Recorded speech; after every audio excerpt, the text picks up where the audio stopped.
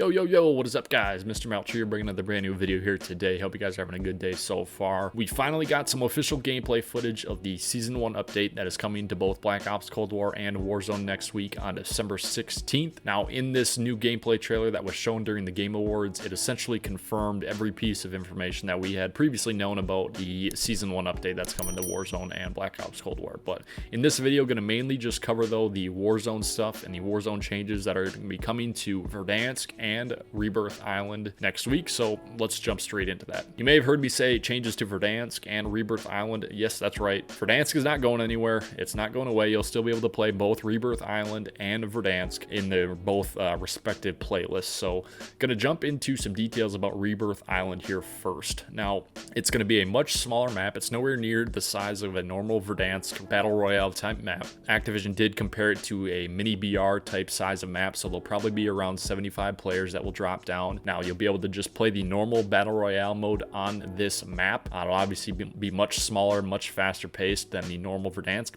style of Battle Royale, but it's confirmed you'll be able to play your normal, solos, duos, quads, trios type deal when you jump into this playlist. Now, there's also confirmed to be another new game mode that's going to be coming to Rebirth Island, and the gist of it, which it's kind of hard to describe based on the details that are shown in the Call of Duty blog, but essentially it sounds like well, the game mode's called Resurgence. So you drop down normally as you would in a battle royale, but when you kill an enemy, your team then gains an advantage, quote unquote, that either allows you to see the other members of the enemy team or gives you an advantage. It sounds like you might even have a speed boost or some sort of advantage that allows you to try and track down the other members of that team. But if that team survives, or one person of the team you're trying to kill survives, by the time the rebirth countdown reaches 0, then the rest of that team respawns in. So essentially, if you're the last person standing on your team, you want to survive until that countdown reaches 0, and then your teammates all respawn. It'll be interesting. Obviously, we'll try it out once the new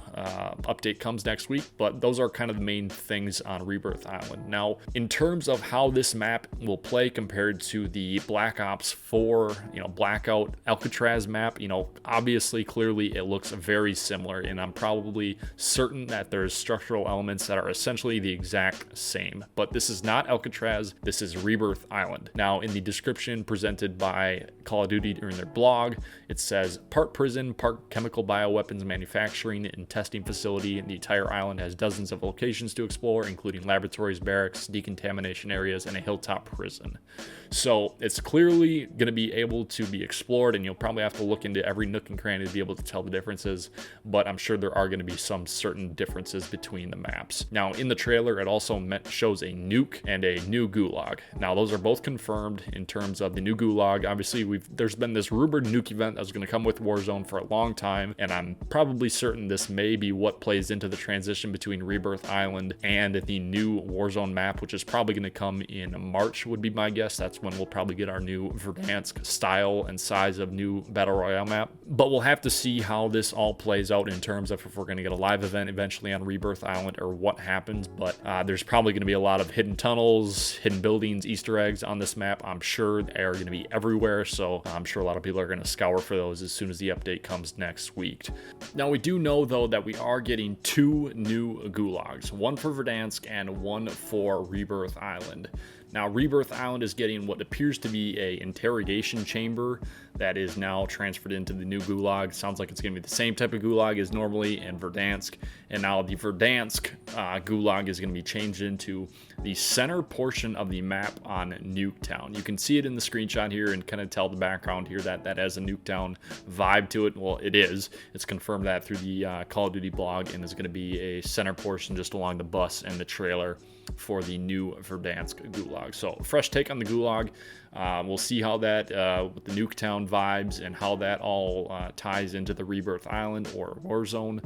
But that is what's coming to Rebirth Island. It's going to be a lot of fun. I'm excited to try it out. Excited to have a fresh spin on Warzone because we haven't really had much since the new Verdansk map was launched back in March. There hasn't been any huge changes, quote unquote. There's obviously been changes, but nothing major in terms of a new map like this. So it'll be interesting to see. Now, a couple changes again that are also coming to Verdansk is they're adding an attack helicopter. Yeah, an attack helicopter. As you can see in the trailer, it's going to have miniguns on each side. That's confirmed via the Activision blog. It says Bring death from above to Verdansk and Rebirth Island with the attack helicopter, the latest addition to the Warzone vehicle fleet. The airborne menace is built similar to specifications as a regular helicopter, but with one major exception. Mounted on both of the helicopter's side rails are a belt-fed minigun. So it says it pretty much square like that. Obviously, I'm sure there's probably going to be some sort of counter to it that allows players on the ground not to just get fried by these miniguns.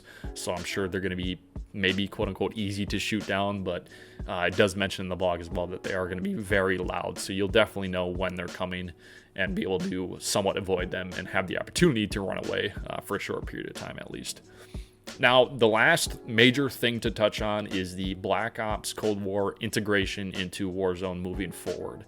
Now, that's with the addition of the 30 Black Ops Cold War weapons that are now going to be available in the Warzone weapon pool and create a class. So when you're dropping into Rebirth Island or Verdansk, I'm sure you're probably going to be able to pick up any of the two games' weapons on the ground. I'm not sure if they're going to be specific to just Rebirth Island at this point, or if it's just going to be Verdansk Modern Warfare weapons, Rebirth Island Black Ops Cold War weapons, or if they're going to cross over, but you'll still be able to use either of them in the created class system. So you'll be able to make a created class with, you know, a Black Ops Cold War weapon with your normal perks from Warzone. The one main difference here is if you do not own Black Ops Cold War, you won't have any of the attachments unlocked for any of the Black Ops Cold War weapons when the game launches. You'll have to, you know, level up the gun as you normally would, but if you have unlocked any of the attachments in Black Ops Cold War and then you go into Warzone, you'll be able to have those unlocked. Now, to kind of tie into the whole progression system of weapons and XP and all that sorts, the Season 1 update brings the integration between Black Ops Cold War, Warzone, and Modern Warfare and ties in their progression system and XP system. So this is what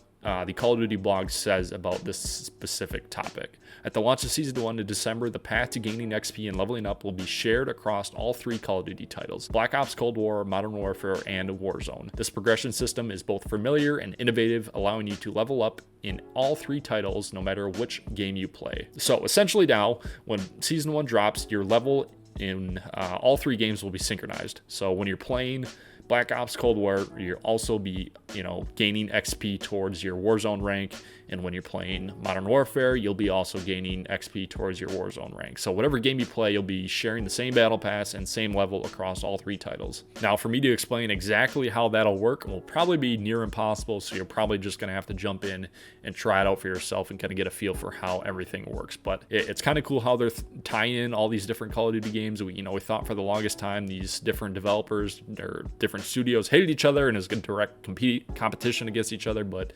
obviously with the collaboration they're doing on stuff like this with Warzone, it's going to be only better for the Call of Duty games and Call of Duty community down the road. So it'll be interesting to see how this works and where this goes in the future. Those are kind of the main different things to touch base on in terms of what changes are going to be coming to Warzone with this update next week. I'm really excited, like I said, to see how this all plays out with the new Rebirth Island mode and changes and the Black Ops Cold War weapons that are going to be added in.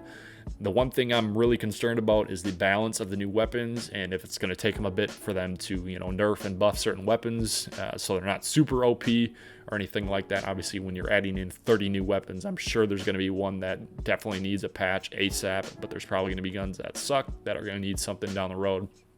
We'll have to see. So that's all going to be for this one here. Like I said, I'm going to cover the multiplayer stuff in a new video that'll probably go up tomorrow. But for the time being here, I appreciate you guys sticking in for this long and for watching the video. If you haven't already, subscribe to the channel, show some love on my end. That would be greatly appreciated. Road to 1,000 subs. Your support along the way is greatly appreciated. But anyway, I appreciate you guys watching, and we will see you guys in the next one.